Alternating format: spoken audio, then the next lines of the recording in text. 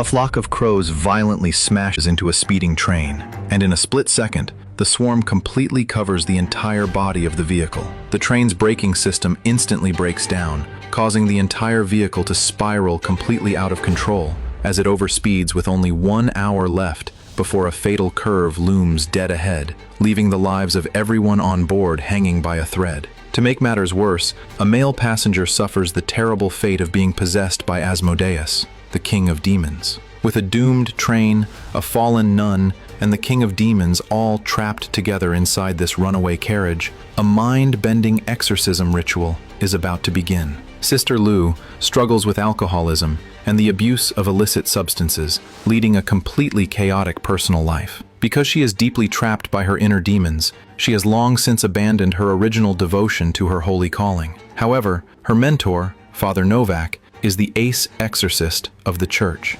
Unable to bring himself to give up on his once most pride-inducing disciple and watch Sister Lou completely self-destruct, he invites her on a train ride to New York, intending to persuade her to reclaim her faith, threatening to excommunicate her if she refuses to repent. Consequently, they board a train heading from Montreal to New York. Yet, Sister Lou maintains a completely negative attitude throughout the entire journey. After her father ends his own life, she is adopted by Father Novak, and while she originally wants to rely on faith to heal the agony of losing her father, she unexpectedly discovers that she possesses a rare, gifted talent as an exorcism medium. However, the Holy See has long discriminated against female exorcists, and the high-ranking officials in the Vatican do not recognize a nun conducting exorcisms either. Even though she is perfectly capable of handling things entirely on her own, she is relegated to serving as nothing more than a mere assistant tool for the priest. Sister Lou prays for years, begging for God's protection,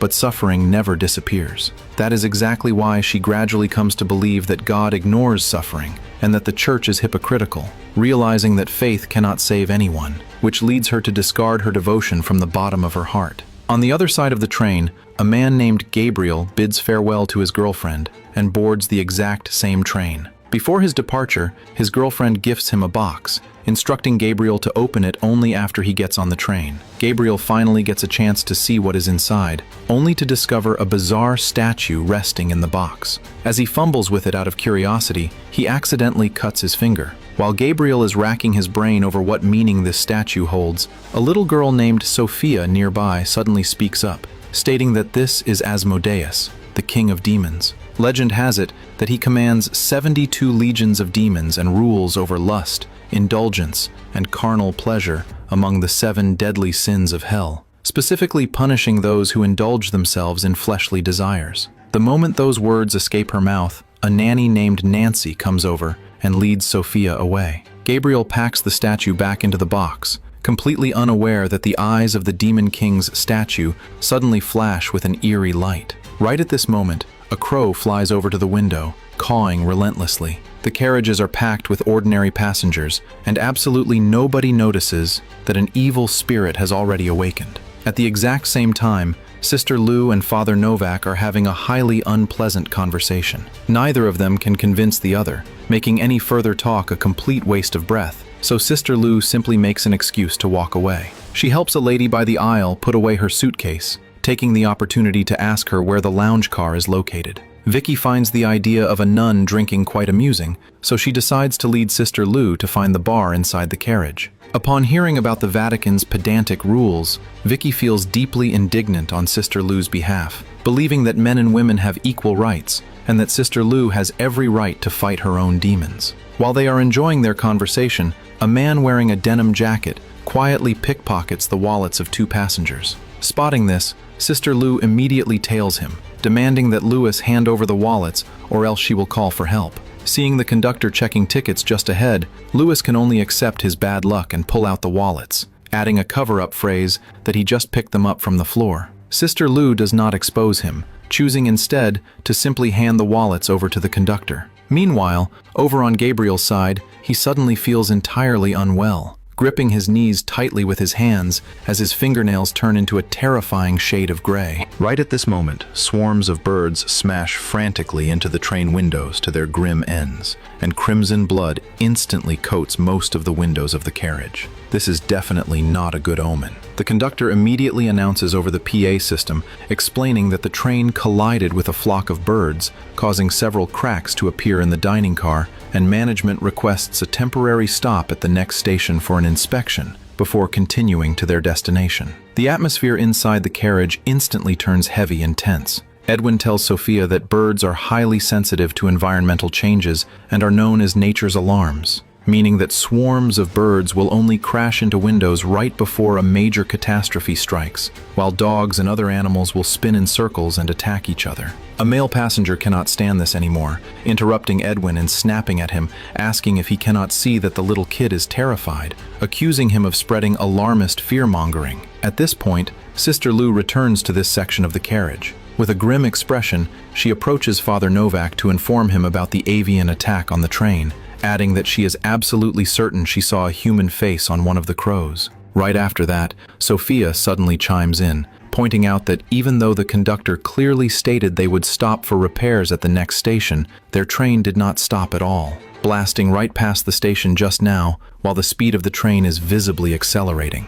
Hearing this, Father Novak instructs Sister Lou to find a crew member and get everything double-checked. Upon hearing his words, Sister Lou heads toward the conductor's cabin at the very front end of the train. However, before she can even pull the door open, she picks up a blood-stained walkie-talkie from the floor. Sister Lou rushes back to report to Father Novak, only to find that he is nowhere to be found. Therefore, she tracks down Vicky, whom she drank with earlier, along with her boyfriend David, to seek their assistance. Together, they head back to the front of the conductor's cabin. Being the man, David is the first to step forward and ring the buzzer, but even after pressing it for a long time, there is absolutely no response. Vicky steps right up and pulls open the cabin door. David cautiously pokes his head inside to take a look, discovering that the front windshield is completely smashed up with impact marks, while the driver's control console is entirely drenched in bloodstains. A cold, mechanical voice repeatedly blares overspeed warnings, scaring David so badly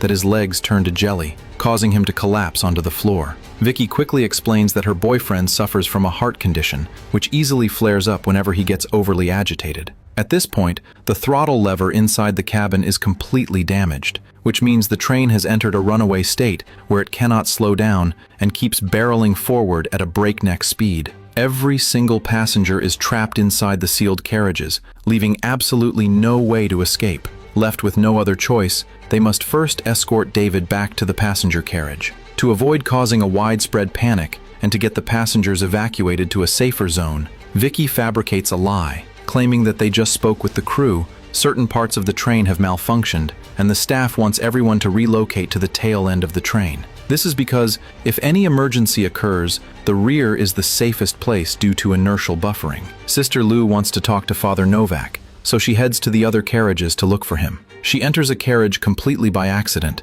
discovering that it is dimly lit and completely empty, feeling almost as if she has dropped into another dimension. Just as Sister Lou is filled with unease, by the time Sister Lou snaps out of it, she realizes that she is still inside the original carriage. However, due to her unique constitution, she quickly slips right back into the illusion. This time, Father Novak finally shows his face. He tells Sister Lou that Asmodeus, the very demon that drove her father to end his own life, has come back for her. Back then, she was just a child, completely powerless to save her father. Nobody blames her for it except herself. Now, it is time to crush her inner demons and use her abilities to save these innocent passengers. The moment those words leave his mouth, Gabriel, who is controlled by the demon, appears. Father Novak tells Sister Lou that God's light shines upon her always. With that said, he raises his crucifix to cast out the demon. But the Demon King's dark magic is incredibly formidable, completely unfazed by the crucifix as he grabs Father Novak in a vice grip. Sister Lou lets out a loud shriek, waking up from the hallucination and hastily leading the people in the carriage to find Father Novak's real body, only to discover that he is already dead on the sofa, with the blood seeping from his back, staining the back of the chair red. Right at this moment, the controlled Gabriel shows his face. Gabriel never expects to be knocked down by a child, and just as he is about to retaliate, he gets flipped onto the ground by Louis. Louis does not hesitate, targeting the vital spots and delivering several brutal kicks, ending Gabriel's breath right on the spot. However, the demonic puppet no longer belongs to the human realm, and Gabriel quickly stands right back up like a puppet on a string. Thanks to Vicky's help, Sister Lu finally breaks free from the demon. Witnessing this, the crowd has no choice but to head toward the tail of the train, and the appearance of Asmodeus inevitably reminds Sister Lu of her father. Her dad was an investigator who frequently worked alongside the Vatican's exorcists, only to end up possessed by the demon king Asmodeus, consequently becoming violent in nature and torturing his family. The church dispatched Father Novak to perform an exorcism, but it ultimately did not succeed. Later, to avoid completely becoming a puppet of the demon, her father chose to end his own life, leaving Sister Lu to watch her father pass away with her own eyes, trapping her in self-blame for the rest of her life. That is exactly why Asmodeus remembers Sister Lu, secretly preying on her mind for years. After all, demons are best at amplifying human guilt and desire. It can be said that Asmodeus is the very root of Sister Lu's inner demons. Now that Father Novak is dead and nobody else knows anything about exorcism, the heavy burden falls entirely onto Sister Lu's shoulders. Once they reach the lounge car, Sister Lu explains that the demon did not actually possess Gabriel earlier, but rather controlled him to make him a puppet. Most demons can only control one body at a time, but powerful demons can occupy multiple bodies, leaving any unprotected soul fragile and easy to infiltrate. Therefore, Sister Lu blesses the alcohol so that everyone can receive a certain level of protection after drinking it. Edwin distributes the blessed alcohol to everyone, secretly praying that this thing actually works. Vicky accidentally finds the items left behind by Father Novak and immediately delivers them to Sister Lu, hoping to give her a helping hand. Meanwhile, Sophia's father is a train designer, so she knows this route like the back of her hand, explaining that a dangerous curve lies about an hour away, and if the train takes the turn at its current speed, it will definitely lose control and derail. Sister Lu sticks to the previous plan, evacuating the remaining people to the tail end while she lures the demon to the front of the train. Okay, I'm sorry. What is this? And a little child shall lead them? Can we please just make an adult? David tells Edwin to shut his mouth, snapping that while he lacks solutions, he sure has plenty of complaints. Sophia goes on to explain that someone needs to pull the lever of the coupling pin to separate the carriages, while another person goes to shut off the air valve. Vicky and David, this young couple, are highly resilient, immediately stepping up to take on this grueling task. Once the personnel for decoupling the carriages are set, Lewis asks Sister Lu if there is any way to weaken that creature. Sister Lu states that a demon's soul transfers into a person through a specific item, which could be a statue or a totem. Upon hearing this, Sophia immediately recalls Gabriel's wooden carving. Now that they know about the existence of the statue, things are much easier to handle. Sister Lu flips through the priest's book, remembering a ritual that can send the demon back into the statue. The real catch is that the statue must be right next to the demon while the ritual is being conducted. Once it is locked inside the statue, destroying it completely will solve the problem once and for all. Sister Lu arranges for Lewis to go to the very first carriage to fetch the statue, while Vicky and David head to their respective positions to stand by. Sister Lu instructs Edwin to find a way to create a diversion to distract the demon, giving her enough time to prepare. With no time to lose, everyone acts on their own. Edwin finds an empty carriage and begins to draw the demon's attention. As Edwin's insults grow baser and baser, a layer of white frost quickly condenses on the window, and a line of words slowly surfaces, reading that he will die completely alone. In the meantime, Sister Lu only reveals a deeply anxious expression after everyone else leaves. After all, due to her gender, she has absolutely zero formal experience conducting an exorcism, let alone the fact that her shattered faith might not even grant her God's power. A panicked Sister Lu pulls out a small vial of illicit substances, but fortunately, she resists her desire at the critical moment. Right at this moment,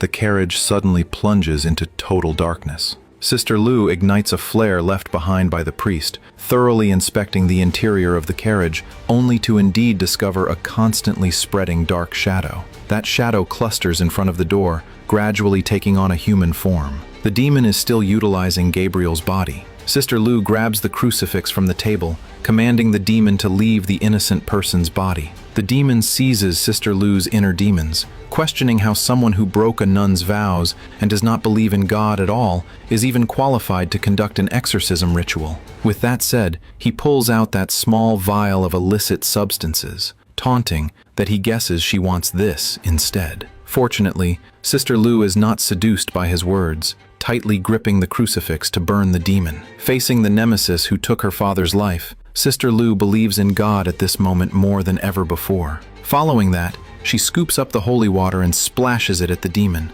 The demon twists his neck, forcing Gabriel's consciousness to recede. Meanwhile, Louis finally finds that demon statue inside the first carriage. However, the demon itself immediately senses that something is wrong. Leaving those words behind, "Very clever girl," the demon transforms into a cloud of black smoke and vanishes from sight. The lighting inside the carriage subsequently returns to normal. On the other side, Sophia's group encounters some bizarre events as a massive swarm of fireflies unexpectedly manifests inside the sealed carriage. Seeing this, David quickly pulls Sophia into his arms to protect her, and the fireflies all fly toward Nancy at the back. Her face is completely blank, looking as if she has been mesmerized. Nancy suddenly says that in Japanese folklore, fireflies symbolize the souls of rulers. The moment those words are spoken, the dancing fireflies freeze completely still. Evidently, a demon king of Asmodeus's caliber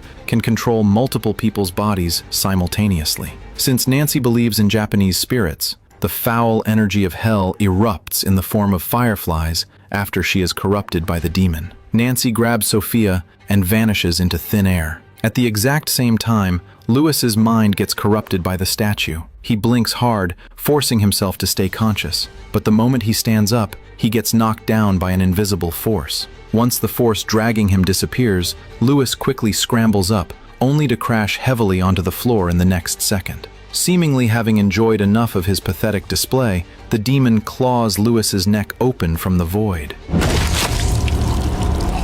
The scene cuts, and Edwin runs into trouble as well. He hastily forces open the carriage door, keeping the sharp glass shards blocked outside the door. Edwin dares not linger, rushing to meet up with Sister Lou, only to learn that Louis has not found the statue yet. Immediately after, the demon's voice suddenly echoes through the carriage, taunting Sister Lou by claiming that he has captured Sophia. Upon hearing this, Sister Lou quickly rushes to find Vicky's group, only to find out that Nancy is controlled by the demon. By the time Sister Lou tracks down Nancy, she finds her holding Sophia while chewing a glass goblet to pieces with her bare mouth. Sister Lou hastily splashes holy water on Nancy, while David takes the opportunity to grab her. Then, Sister Lou steps forward with her crucifix to perform the exorcism. Nancy's demonic corruption is not deep, and she quickly returns to normal. Sister Lou is highly curious about why she was not protected by the holy wine, and Sophia nearby explains that Nancy did not drink any because she is sober. While everyone breathes a sigh of relief,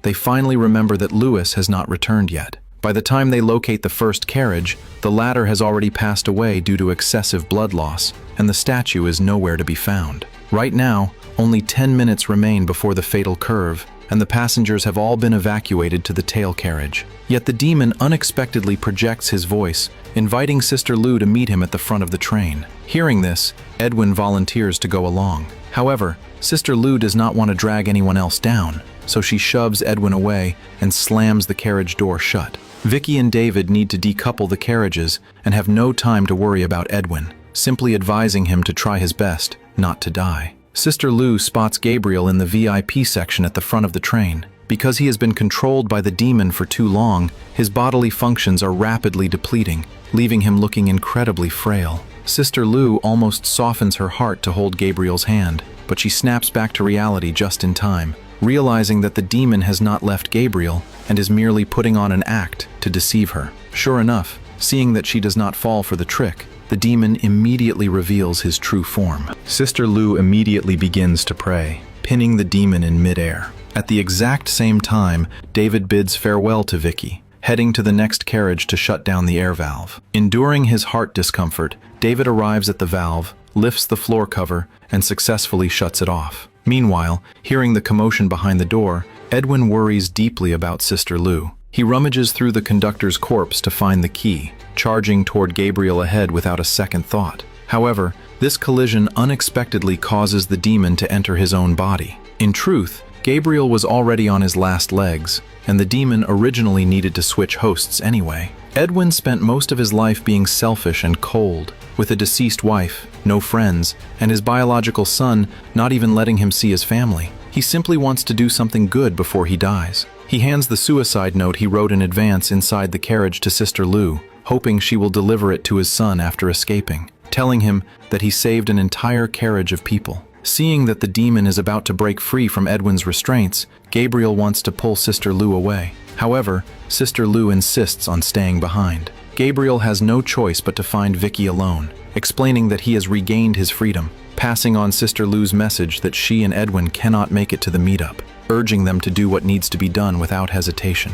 On the other side, the demon has completely taken control of Edwin. Fortunately, Vicky does not hesitate, immediately separating the coupling pin between the two carriages. The exact moment the train body shakes violently, Sister Lou knows that the people in the rear carriage are safe. In a daze, Sister Lou unexpectedly returns to her childhood bedroom. Her father sits beside her to apologize, explaining that on the day he broke free from the demon's control, he accidentally touched her, thereby leaving a portion of the demon's power inside her body, and ultimately causing her to be targeted by the demon. However, that portion of power granted Sister Lou the ability to walk on the edge of the world, which is exactly why she can sense her father's lingering spiritual consciousness. He tells his daughter to wipe away her tears, forget the past, because she is the only one who can defeat the demon. Sister Lou's gaze becomes incredibly resolute. In the next split second, she snaps back to reality. Sister Lou clenches her fist and strikes the demon away,